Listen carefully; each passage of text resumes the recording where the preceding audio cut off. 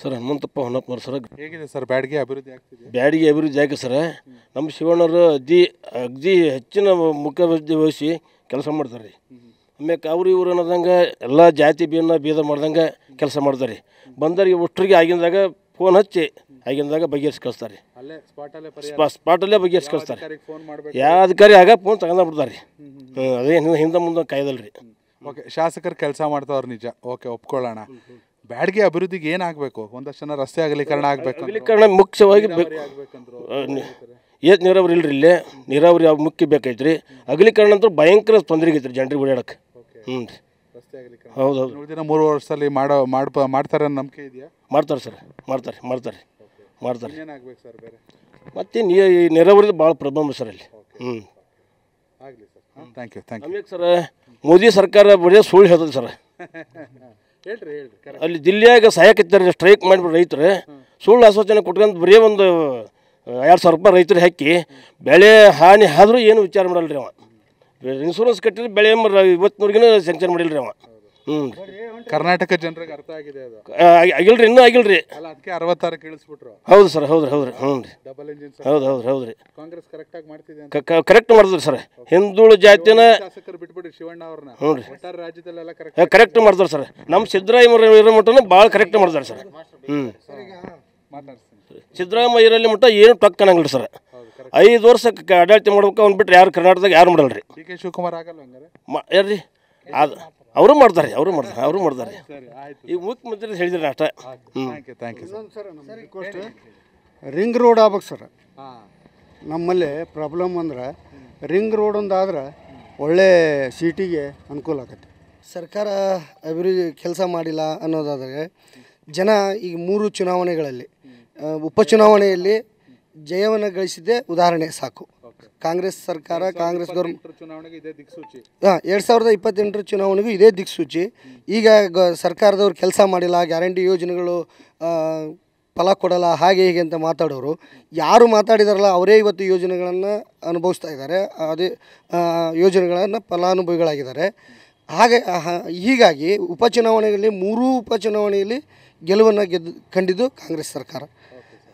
Thank you. Masanagi ಗ್ರಾಮದಲ್ಲಿ 1972ರಲ್ಲಿ ಫಲಾನುಭವಿಗಳಿಗೆ ಜಾಗವನ್ನು ಹಂಚಿ ಮನೆಯನ್ನು ಕೊಟ್ಟಿದ್ರು. ಹಕ್ಕುಪತ್ರ ಸಿಕ್ಕಿಲ್ಲ? ಕೊಟ್ಟಿದ್ರೆ ಓನರ್ ಹೆಸರಲ್ಲಿರೋದ್ರೆ ಭೂತಾರದಲ್ಲಿ ಕಡಿಮೆ ಆಗಿರಲಿಲ್ಲ. ಅದು ಕಡಿಮೆ ಆಗಲಿಲ್ಲದಕ್ಕೆ ಅವ ಕೋರ್ಟಿಗೆ ಹೋದ, ಜನ ಬಿಡ್ಸಾಕೂ ಪ್ರಯತ್ನ ಮಾಡಿದ, ಎಲ್ಲ ಬುಲ್ಡೇಜರ್ ಹಚ್ಚಿ ಓಡಿಸ್ತೀನಿ ಅಂದ. ಅದು ಯಾವುದೂ ಆಗಲಿಲ್ಲ.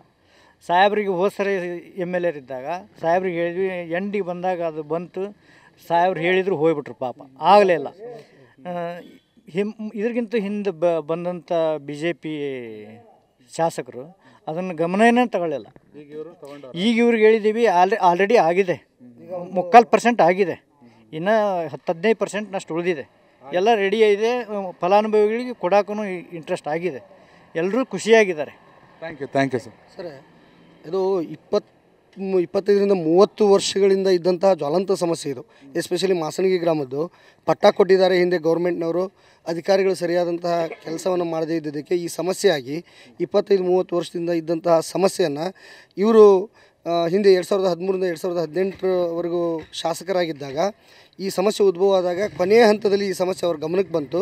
ಕ್ರಮ ಕೈಗೊಳ್ಳಬೇಕು ಅನ್ನೋದ್ರಾಗೇ ಮತ್ತೆ ಶಾಸಕರು ಬೇರೆ ಚುನಾವಣೆ ನೀತಿ ಸಂಹಿತೆ ಬಂತು. ಹಾಗಾಗಿ ಮತ್ತೆ ಬೇರೆ ಶಾಸಕರು ಬಂದ ಮೇಲೆ ಅವರು ಅದಕ್ಕೆ ಸ್ಪಂದಿಸಲಿಲ್ಲ.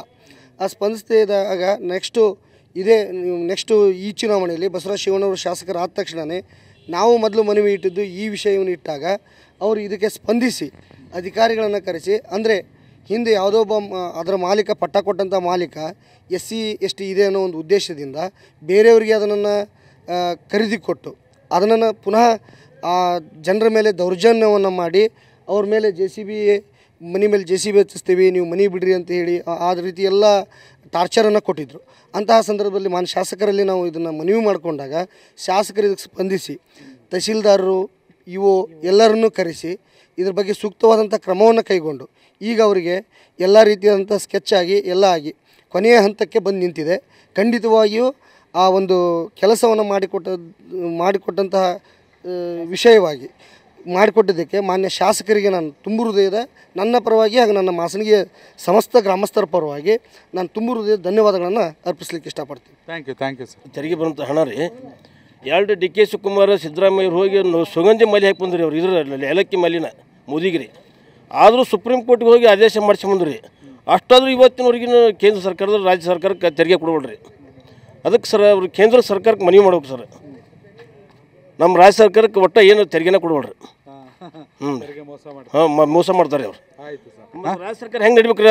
ಅದು ಕೇಂದ್ರ ಸರ್ಕಾರದಿಂದ ರೊಕ್ಕ ಬರಲಿಲ್ಲ ಅಂದ್ರೆ ರಾಜ್ಯ ಸರ್ಕಾರದ ಎಲ್ಲಿ ಕೊಡ್ಬೇಕು ರೀ ಫಂಡ್? ಇದನ್ನು ಮೇನ್ ರೀ ಇದು. ಕನೆಕ್ಟ್ ಕರ್ನಾಟಕ ಇದು ನಿಮ್ಮ ನೆಟ್ವರ್ಕ್.